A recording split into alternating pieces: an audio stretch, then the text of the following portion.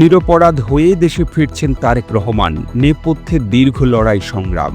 2024 সালের জুলাই গণ অভ্যুত্থানে আওয়ামী সরকারের পতনের পর নির্বাহী আদেশে মামলা প্রত্যাহারে বিএনপির ভারপ্রাপ্ত চেয়ারম্যান তারেক রহমানকে প্রস্তাব দিয়েছিল অন্তর্বর্তী সরকার। কিন্তু লাখ লাখ নেতাকর্মীর বিরুদ্ধে মামলা প্রত্যাহার না হওয়ায় নিজেকে মামলা মুক্ত করতে আইনি পথই বেছে নেন তিনি। দেশের কোনো আদালতে তারেক রহমানের বিরুদ্ধে মামলা না থাকায় প্রায় 18 বছর নির্বাসিত জীবন শেষে নিরপরাধ ব্যক্তি হিসেবেই দেশে ফিরছেন বলে জানিয়েছেন তার আইনজীবীরা।